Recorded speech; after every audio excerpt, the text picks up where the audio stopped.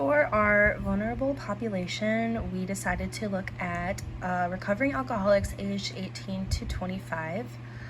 For our project, we decided to make a blog. We titled it Clean and Sober, and we will get started. This is the first post.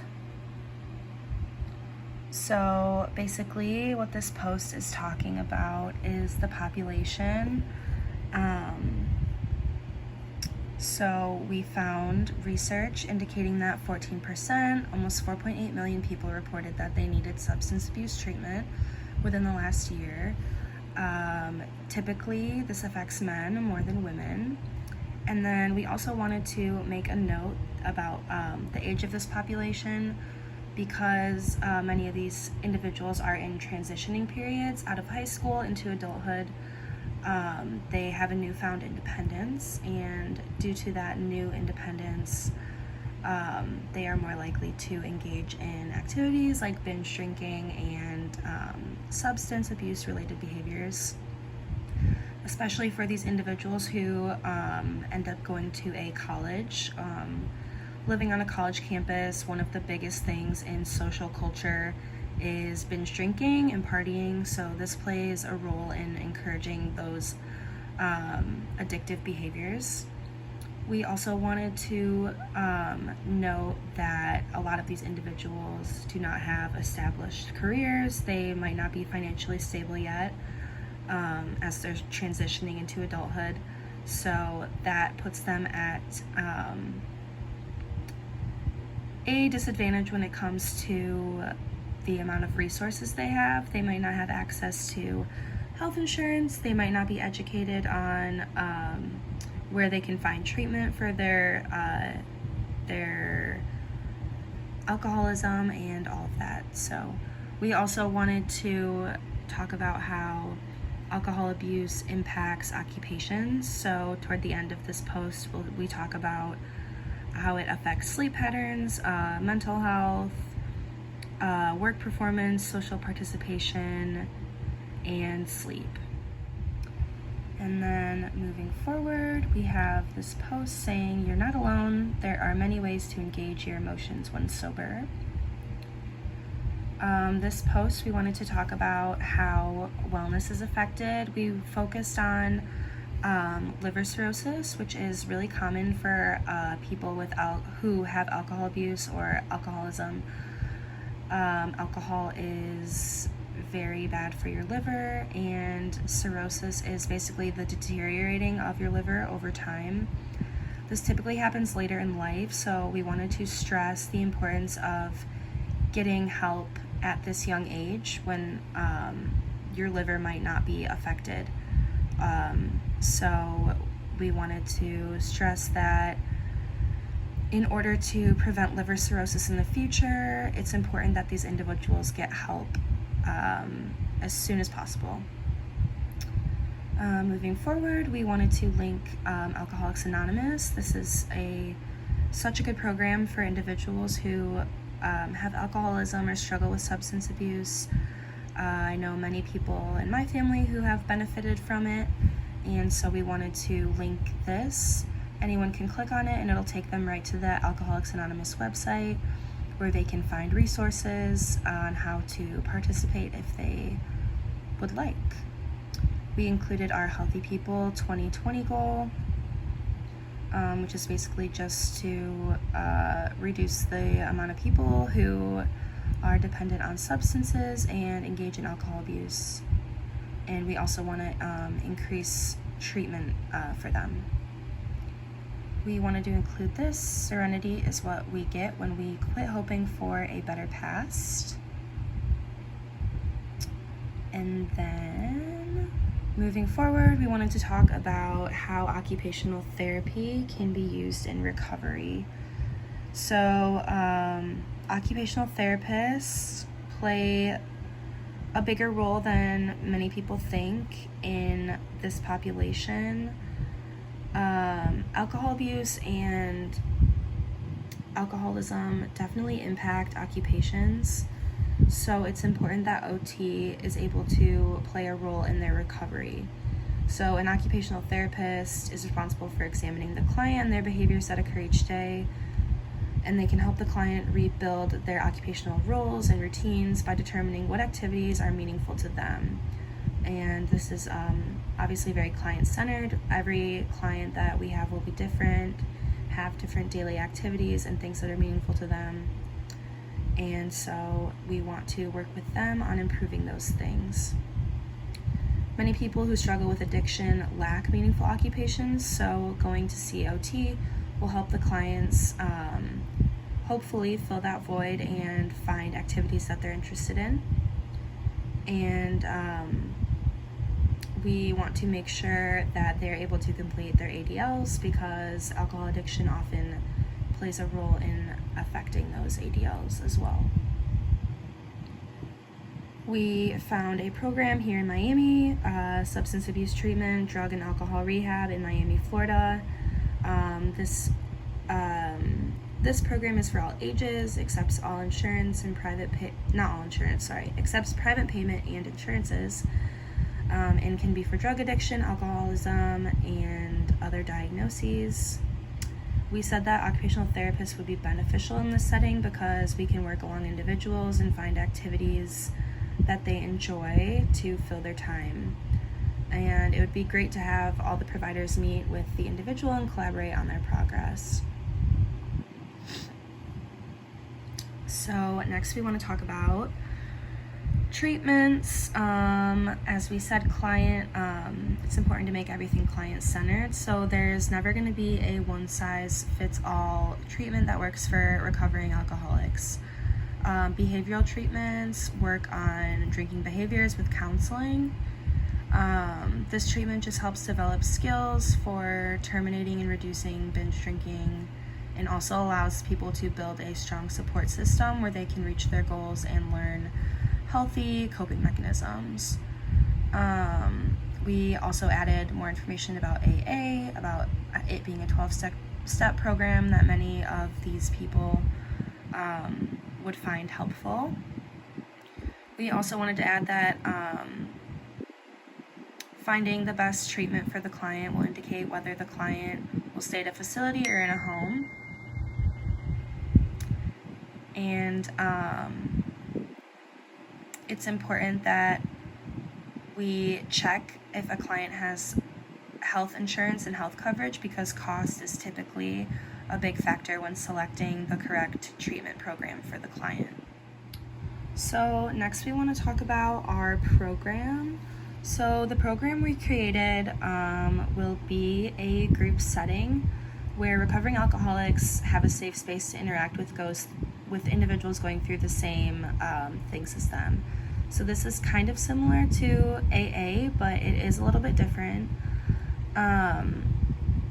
The goal of the program is to help these people maintain a better quality of life and help them promoting good health and well-being.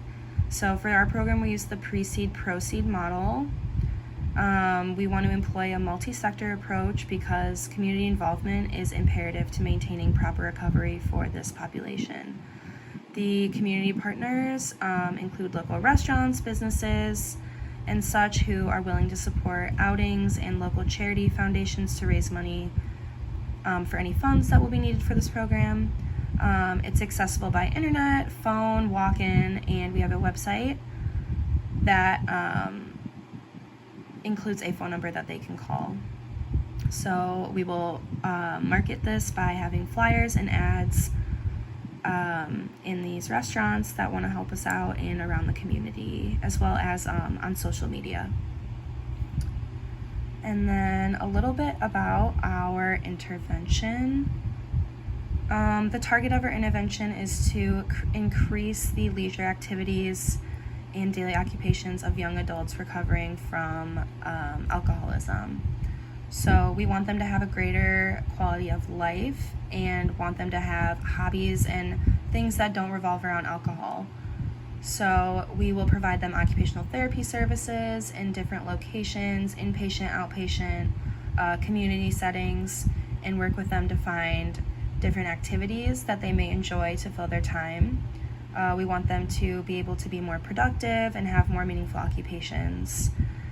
So this can be done in groups as well as one-on-one interviews, depending on the client and what works best for them. But the group setting will allow them to maintain sober friends and have more accountability. So this is just a little picture with the 12 steps of AA. Program implementation. So this program we decided will be 16 weeks with a session for 2 hours once per week. We decided that the program will take place at a local college campus in various locations depending on the activity for the day.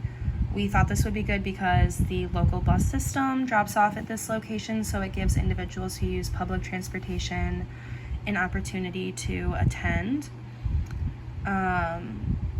In order to be a part of this program, they have to fill out an application to make sure they're the right age and population for this program. The application just asks for medical history and then making sure they're cleared medically to participate. They also have an opportunity on the application to describe why they feel the program would be beneficial for them and kind of tell their story on their journey so far. This is nice because it gives the therapists a way to get to know the clients before the program even begins, so we can make treatment more client-centered. And then the application ensures that the individuals who are participating are actually going to be willing to participate. So once they clear the application, they just sign a contract agreeing to terms of the program and rules that come with being involved, consent for treatment, and a commitment to beginning and continuing sobriety, and then finally just disclosure not to discuss personal things outside of the program. So we said, I am in the process of becoming the best version of myself. All right, and then we have a session plan. So for our program, each session will be broken down into 2 parts. So the first hour of the session will be an activity conducted and picked by the OT. So this could be anything from a board game to a trip to a nearby restaurant, depending on the day. These activities allow participants of the program to be introduced to new possible interests, hobbies, and skills. And then the next hour of the session is more of a debriefing, where therapists will facilitate conversation between participants about the activity that took place. And then the final session at the end of the 16 weeks is kind of like a banquet style event where participants will have the opportunity to share experiences from the program to the audience, and they're welcome to invite friends, family, to come and listen. And then down here we just kind of outlined an example of a weekly session. So say the activity was appetizers at a nearby restaurant. They would do that for an hour, and then the debriefing in a room on the campus. And then we included some guiding questions that the therapist might ask. What did you enjoy? What triggers did you experience? How did you overcome those triggers? Is this an activity you would do again? Why or why not? How would this activity be different in a non-group therapy setting? So like just like a daily life setting or with people who aren't involved in the therapy group. And then, is this activity something that would hinder or help your sobriety, and explain why? So that is just an example of what a session could possibly look like. And we added this, be addicted to your recovery, which I really like that. And then evaluation. So for the evaluation, we decided an assessment tool that would be able to measure the satisfaction with our program would be the quality of life scale. So this scale measures physical well-being, relationships with others, social community, civic activities, etc. It's a short survey with 16 questions, and it works best for people who suffer from chronic illness. So best case scenario would be that we would have clients improve their quality of life scale measure. And we have, you're responsible for your own happiness. Sorry. Quick summary of our program. The program contributes to all various aspects of health and wellness by increasing the proportion of people who need alcohol abuse dependence treatment and received specialty treatment for abuse or dependence in the past year. The treatment will develop skills needed to terminate, reduce drinking, build social support systems, and work through reachable goals to learn healthy coping mechanisms. The program will give each participant the opportunity to share their experience with the program to an audience. This gives participants a voice to share their stories and feel proud of their progress. And then these are just references. And then that is the end of our blog. I hope you enjoyed learning about our population, and we really enjoyed getting to research this population. I feel like we all learned a lot and came up with a really good intervention for this population.